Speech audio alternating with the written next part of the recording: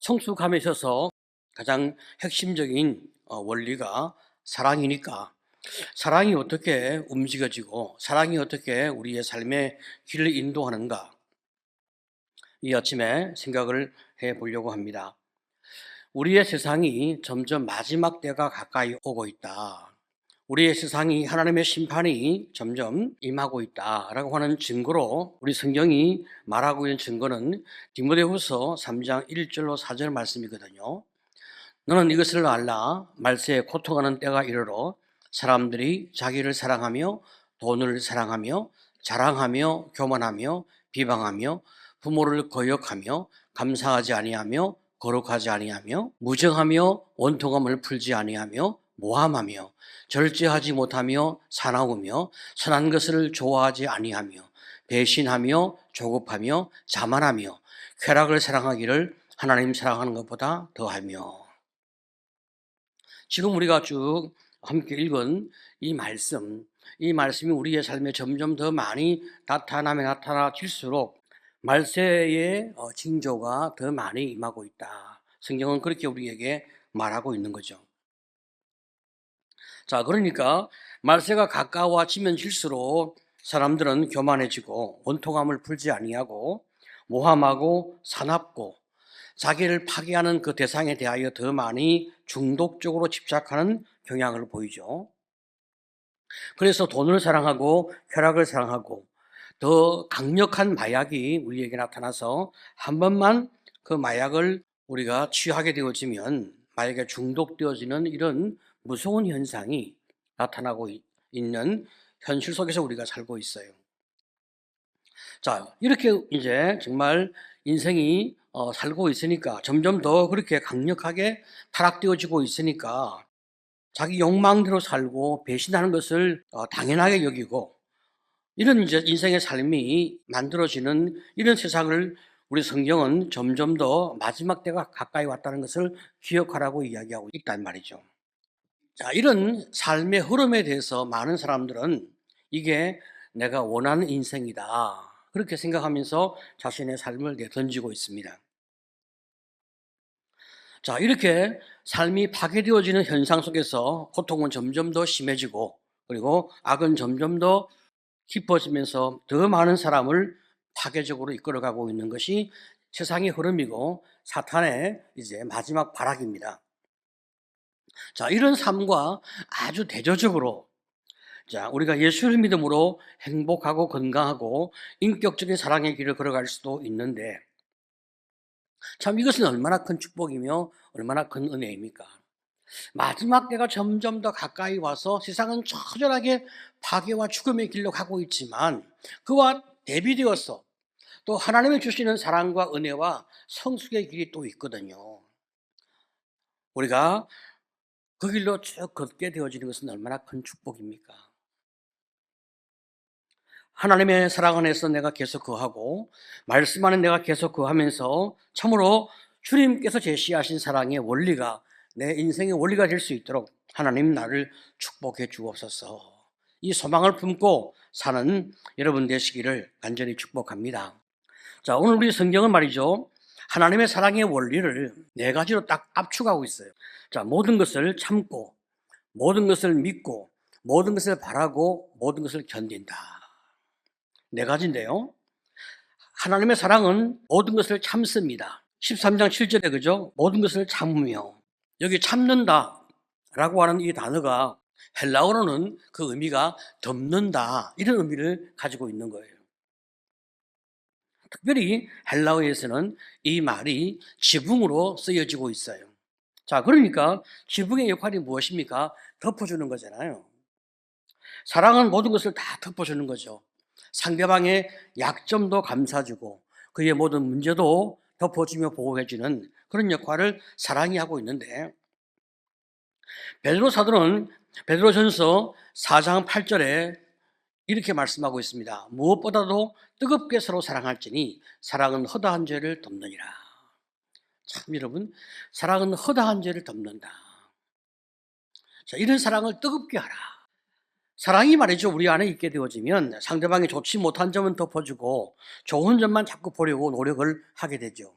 내가 어떤 사람을 사랑하고 싶다라고 하는 생각을 하게 되어지면 그 사람은 말이죠. 우리가 좋아하는 모습도 가지고 있지만 그 사람은 우리가 싫어하는 모습도 가지고 있는 그런 존재가 인간이란 말이죠. 그런데 우리가 좋아하는 모습만 좋아하고 싫어하는 모습에 대해서는 우리가 비판하고 정죄하고 판단한다면 누가 우리와 함께 할 수 있겠어요? 사람은 모순적 존재이기 때문에 우리는 어떤 사람을 사랑하려고 마음먹게 되어지면 그 사람을 사랑하는 과정에서 허물을 덮어주고 그 허물을 잊어주는 이런 과정이 우리에게 필요한 거란 말이죠.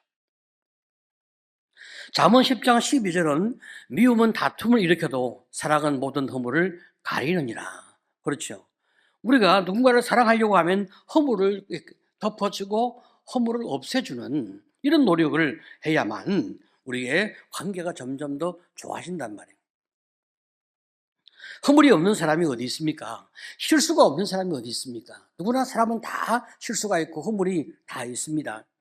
그런데 내가 그 사람을 위해서 그 허물을 내가 고치라고 자꾸 말하게 되어지면 그 사람은 어느 날 내 곁에 없습니다.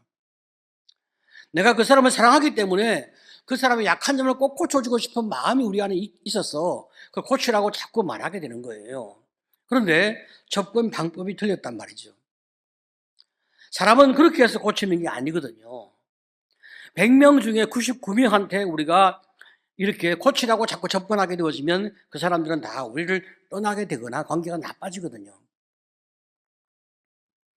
그것이 분명하게 그 사람의 문제일 수도 있고 잘못일 수도 있지만 그러나 자기 허물이 자꾸 나타나는 그런 관계를 계속 유지할 수 있는 사람은 없는 거예요.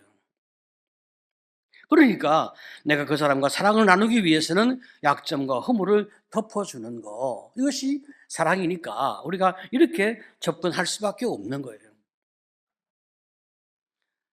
잠언 17장 9절을 보게 되어지면 허물을 덮어주는 자는 사랑을 구하는 자요 그것을 거듭 말하는 자는 신한 벗을 이간하는 자니라.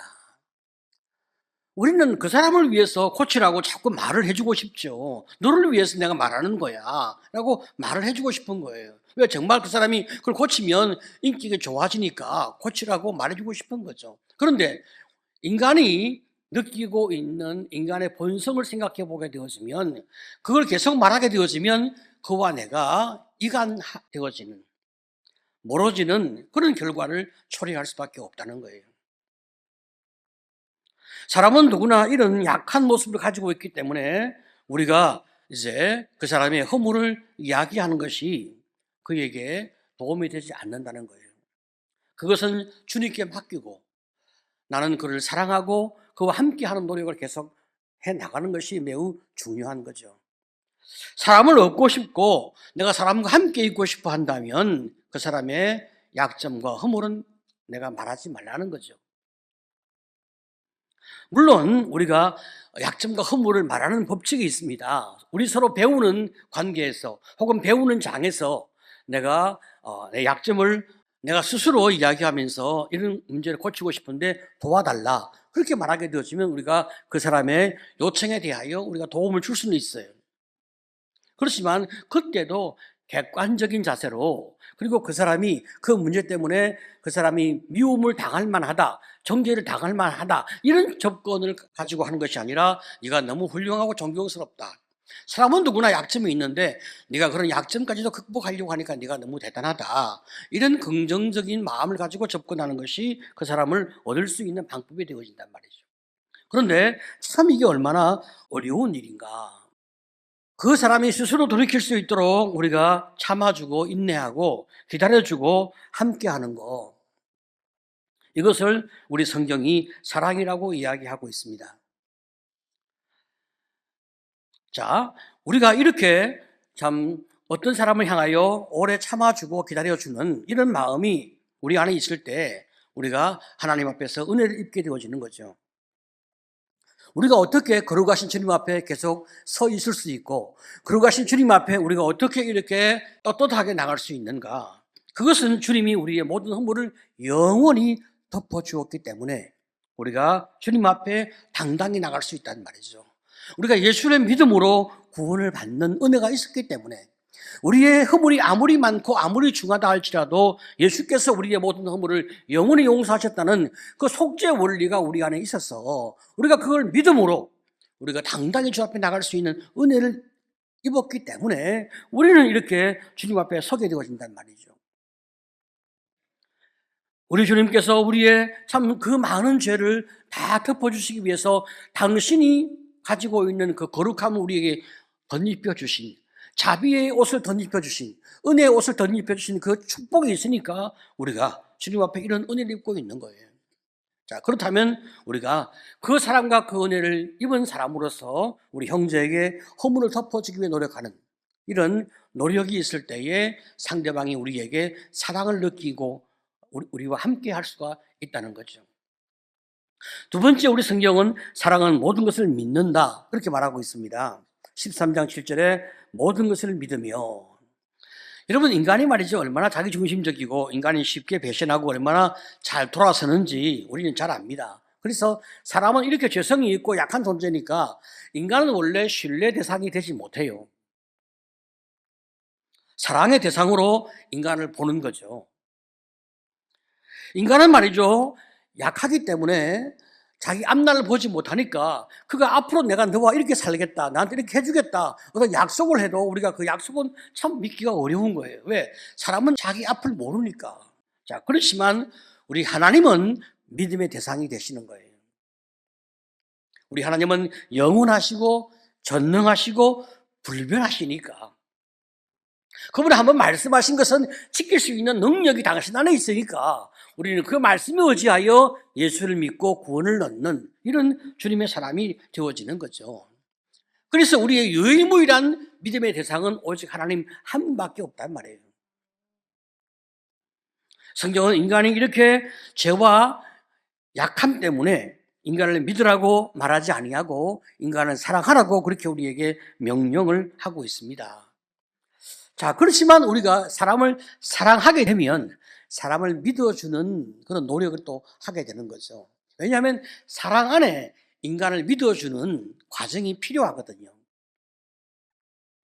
인간을 믿을 만해서 믿어주는 것이 아니라 사랑하니까 그의 가능성과 그의 인격적인 변화의 여지에 대하여 우리가 신뢰를 품고 그렇게 될 거라고 믿고 끝까지 기다려주는 이런 믿음이 우리에게서 나타나게 되는 거예요. 현대사회에서 소위 문제 아이들은 하나같이 어머니를 미워한다고 합니다. 어머니가 잘 키우기 위해서 그 아이의 문제를 계속 지적하는 이런 접근을 취했기 때문에 그 아이의 마음에 깊은 상처가 만들어진 거예요. 어머니의 매력은 자식을 믿어주는 데 있습니다. 모든 사람이 다 나쁘다고 말해도 그 어머니만큼은 내 자녀를 향하여 계속 믿어주는, 지금도 내가 속고 앞으로 속을 가능성이 또 있지만 그래도 내가 믿어주는 이런 태도를 취할 때 그 자식은 어머니에게 사랑을 느끼게 되어 있습니다. 여기에 어머니의 고귀함과 그리고 아름다움이 있지 않겠습니까? 요즘 우리 어머니들이 똑똑해서 우리 자녀에게 속아주지 아니하려 하고 속아주는 것이 나쁜 것이라고 자꾸 생각하는 이런 판단적 경향이 있어요. 근데 사실 그렇지는 않거든요. 물론 어떤 문제는 잘못을 해서 그 아이의 문제를 고쳐줘야 할 때가 있어요. 이때는 명확하게 아이가 잘못하고 잘못한 것이 딱 나타났을 때 그 아이를 품에 안아주면서 이건 네가 잘못했네, 이렇게 하지 말자, 이렇게 정확하게 정리해 줄 수 있어요. 부드러운 말로, 따뜻한 말로 그 잘못이 명확하게 드러나는 문제에 대해서는 우리가 한번 짚고 넘어가는 것이 그 아이에게 도움이 됩니다. 그렇지만 자녀의 잘못이 명확하지 않은데 잘못을 추궁하거나 의심하거나 쏘아붙이거나 계속 그 자녀를 이렇게 문제를 캐내는 것이 그 아이에게 도움이 되는가? 도움이 되지 않거든요. 이럴 때는 믿어주고 넘어가주고 속아주는 것이 오히려 낫죠. 우리가 말을 하든지 말을 하지 않든지 그 자식의 그 잘못을 우리가 지적하든지 아니면 덮어주든지 우리가 어떤 결정을 취할 때 정말로 지금 여기에서 이 행동을 하는 것이 내 자녀에게 도움이 되는가, 도움이 되지 않는가, 그것이 제일 중요한 판단 근거란 말이죠. 내 자녀가 더 건강한 인격이 되어지기를, 내 자녀가 더 예수를 닮기를, 내 자녀가 더 아름다운 사람으로 성장하기를 바라는 그런 마음으로 우리가 접근하게 되어지는 거예요. 사도 바울은 고전 6장 7절에서 극단적으로 이렇게 이야기하고 있어요. 너희가 피차 고발함으로 너희 가운데 이미 뚜렷한 허물이 있나니 차라리 불의를 당하는 것이 낫지 아니하며 차라리 속는 것이 낫지 아니하냐. 우리가 어떤 오름을 시시비비를 가리기 위해서 세상 법정에서 분쟁하는 것보다는 차라리 불의를 당하고 속는 것이 낫지 않겠냐.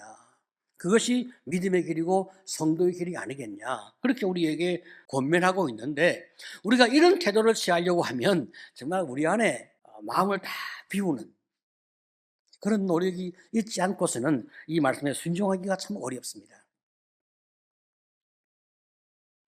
우리가 몰라서 속는 것이 아니고 능력이 없어서 속는 것이 아니라 주님의 말씀 때문에 우리가 넘어가지고 속아지고 내가 져주는 이런 결정을 해야 하니까 참 이게 쉬운 일이 아닙니다. 그렇지만 사랑하니까 우리가 이 길을 걸어가 보려고 하는 거죠. 우리가 사랑하니까 그를 믿어주고 그를 바라보고 우리가 견뎌내는 이런 노력을 하고 있단 말이죠. 그래서 오늘도 믿고 내일도 믿고 그리고 모든 경우에 끝까지 믿으려 하는 이런 귀한 태도가 우리 모두의 태도가 되기를 간절히 축복합니다. 세 번째로 사랑은 끝까지 바란단 말이죠. 자, 모든 것을 바라며, 자, 여기 바란다고 하는 것은 소망을 이야기하고 있습니다. 사랑하기 때문에 소망을 가지는 거거든요. 사랑은 말이죠. 끝까지 소망을 가지고 있으니까 낙관적이고 그리고 낙천적이 되어집니다. 실망을 우리 마음에 품지 않는 거죠. 하나님이 전능하시고 하나님 우리와 함께 계시니까 반드시 우리의 삶이 아름다운 결과를 보게 될 거다. 이런 미래적 낙관적인 마음이 우리 안에 있단 말이죠.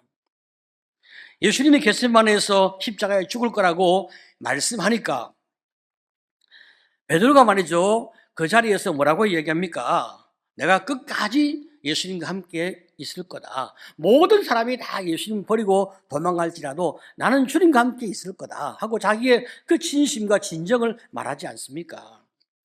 예수님이 베드로의 그 마음은 알고 그 진실함은 참 주님이 접수할 수 있지만 그러나 베드로가 나중에 자기의 그 부족한 그 모습을 보고 얼마나 그 자신이 실망이 되겠어요. 그러면 얼마나 자기 자신에게 낙담이 돼요. 참으로 자기 인생을 내가 던질 수 있잖아요. 주님이 그것을 걱정하셔서 내가 닭 울기 전에 3번 내가 나를 부인할 거다. 그렇지만 내가 먼저 너를 찾아갈 거다. 주님이 말씀하고 계십니다. 주님은 베드로의 열심도 알고 충성도 알지만 그 한계도 알고 있거든요. 그러니까 네가 앞으로 실수가 있을 때 좌절하지 말고 내 자신을 내던지지 말고 잘 믿음으로 일어서라. 주님이 당부를 하고 계신단 말이죠. 이건 예수님이 베드로를 향하여 끝까지 소망을 갖는 마음이란 말이에요. 자, 그렇지만 베드로가 말이죠. 자신을 이제 돌아볼 때 예수를 부인하고 난 다음 그 자신의 그 모습이 너무 처절하니까 자기는 모든 걸 다 스스로 간절하게 됐죠. 나 같은 것이 무슨 예수의 제자가 될 자격이 있나. 그래서 그는 모든 걸 다 접고 물고기를 잡으러 간단 말이에요. 우리가 베드로의 이런 마음을 잘 알죠. 참 인간이 이런 자리에 이런 참 어떤 낙담에 빠질 수가 있습니다. 그런데 주님은 베드로를 포기하지 아니하시고 그를 찾아가지 않습니까? 그런 다음에 내가 나를 사랑하느냐 물으시고 내 어린 양을 먹이라 당부하지 않습니까? 베드로가 주님의 말씀 앞에 힘을 얻고 참 초대교회의 사도로서 그리고 초대교회의 수제자로서 참 그는 자신의 역할을 최선을 다해서 잘 감당해냅니다. 그런데 전승에 의하면 예수님께서 성천하신 다음에 열심히 복음을 전하며 앞장서서 그 믿음의 길을 이끌어 나가던 베드로가 사실 핍박이 절정에 달해서 모든 제자가 다 죽는 참 순교를 당하는 그 상황에 처하게 되었을 때 주변에 많은 사람들이 베드로만큼은 살아남아서 교회를 지켜주기를 바라는 그런 수많은 권고가 있게 되어지니까 베드로도 그 말에 동의를 해서 이제 그 핍박하는 로마를 떠나서 이제 자기를 돌보기 위해서 그 마지막 이제 로마의 국경 도로인 아피안 국도를 따라서 도피의 길로 가게 되어지는 거예요. 이제 조만간 국경을 넘어가는데 저쪽에서 누군가 이쪽으로 걸어온단 말이죠. 점점 가까이 가보니까 예수님 같은 형상이 있는데 정말 가까이서 보니까 예수님이신 거야. 너무 반갑고 너무 놀랍고 너무 그리워서 자기도 모르게 외치는 그 절정의 말이 무엇입니까? 주님 어디로 가십니까? 쿠바디스 도미네 그렇게 묻잖아요. 그때 주님이 베드로에게 하신 말씀이 나는 내가 버리러 간 십자가를 지러 로마에 간다. 그 한마디에 이제 베드로가 무릎을 딱 꿇게 됐죠. 주님의 뜻이 여기에 계시구나. 아닙니다, 주님. 내가 십자가를 지겠습니다. 예수님이 베드로를 정죄하고 판단하지 않고 참으로 그의 모습을 그대로 수용하지만 그러나 그의 부족은 주님이 대신 담당하려 하시는 거죠. 이것이 사람에 대하여 갖는 소망의 태도란 말이죠. 끝까지 사랑하시고 끝까지 수용하시는 이 절대적인 사랑 앞에 베드로가 무슨 할 말이 있겠습니까? 그래서 예수를 위해서 복음을 위해서 십자가에 자기를 내던지는 순교길을 가게 되었습니다. 사랑은 끝까지 바라고 끝까지 소망합니다. 주님의 그 소망이 있으니까 참 우리가 예수를 바라보고 인격의 길을 성숙의 길을 걸어가려고 하는 거죠. 여러분 사람이 죄성이 있는데 인간이 무슨 인격자의 길을 걸어갈 수 있겠어요? 인간은 그럴 자격이 없고 그럴 능력이 없어요. 그러나 주님이 우리를 향하여 품는 소망이 계시고 우리가 예수를 의지하기 때문에 우리가 이 불가능한 이 길을 믿음으로 걸어가려고 엎드려지는 거예요. 네 번째로 사랑은 끝까지 견디는 거죠. 모든 것을 견디느니라. 그죠? 여러분 견딘다 이 의미는 남는다 이런 의미를 가지고 있어요. 사랑은 끝까지 견디며 남습니다. 모두가 떠나고 모두가 실망하고 모두가 변하고 모두가 다 포기해도 사랑은 남는 거예요. 끝까지 그 자리를 지키는 거예요. 이 사랑은 말이죠. 어떤 비난도 어떤 고난도 다 견뎌내는 거죠. 진실로 내 허물을 덮어주고 나를 끝까지 믿어주고 끝까지 나에게 소망을 품고 나를 바라보는 그 사람에 대하여 우리는 존경의 마음을 가지고 우리의 마음을 열게 되었습니다. 그래서 예수님이 우리를 향하여 져주신 십자가, 끝까지 우리와 함께 해주신 그 십자가, 우리 곁에 마지막까지 남아주신 그 십자가, 바로 그것이 아가페 사랑이고 하나님의 사랑인 거죠. 그 사랑은 멀리 있는 것이 아닙니다. 주님이 내 안에, 내 곁에, 나와 함께 그 사랑으로 오늘 계속 우리를 지켜주고 있음을 믿으시기를 축복합니다. 그 사랑이 있고 그 은혜가 있으니까 우리가 하나님의 사랑과 축복과 은혜 가운데 이 길을 걸어왔고 앞으로도 이 길을 걸어가려고 하는 거예요. 우리가 주님과 원수 되었을 때 그때도 주님이 우리를 사랑하셨고 그죠? 또 지금도 우리를 사랑하고 계시고 앞으로 영원히 우리를 사랑하실 것이니까 우리의 인생에 실패가 있을 수가 없는 거예요. 전능하신 그분이 영원한 계획을 가지고 나를 사랑하고 계시니까 결코 내 인생에 이 실패는 있을 수가 없다. 우리가 그 믿음을 주님 때문에 가지게 되어집니다. 자, 그러니까 우리가 사랑하는 어떤 대상을 향하여 우리가 실망하지 않고 우리 끝까지 우리 견디며 바라보게 됩니다. 참으로 문제를 일으키는 우리의 자식을 볼 때마다 문제를 일으키는 어떤 약한 성도를 볼 때마다 언제쯤 변화되어질까? 언제쯤 사람다워질까? 그런 생각을 가지고 우리가 볼 때가 있거든요.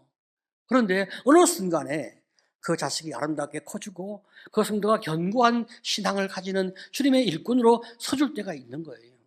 너무 감격스럽죠. 하나님은 우리를 사랑하신 그 사랑 때문에 우리가 이렇게 영원한 소망을 품을 수 있게 되어진 것. 이거 얼마나 큰 축복입니까? 사랑은 끝까지 믿어주고 끝까지 참는 것입니다. 자, 이렇게 내 모든 허물을 덮어주는 사랑, 끝까지 믿어주는 사랑, 내게 소망을 가지고 나를 향하여 기대하는 사랑, 낙심하지 않고 끝까지 나와 함께하는 사랑, 이 사랑이 하나님의 사랑입니다. 우리가 이 사랑을 입고 있습니다. 앞으로 영원히 이 사랑 안에 우리가 살아갈 것입니다. 그래서 우리 역시 그 사랑의 응답자로 살아가려고 하는 것입니다.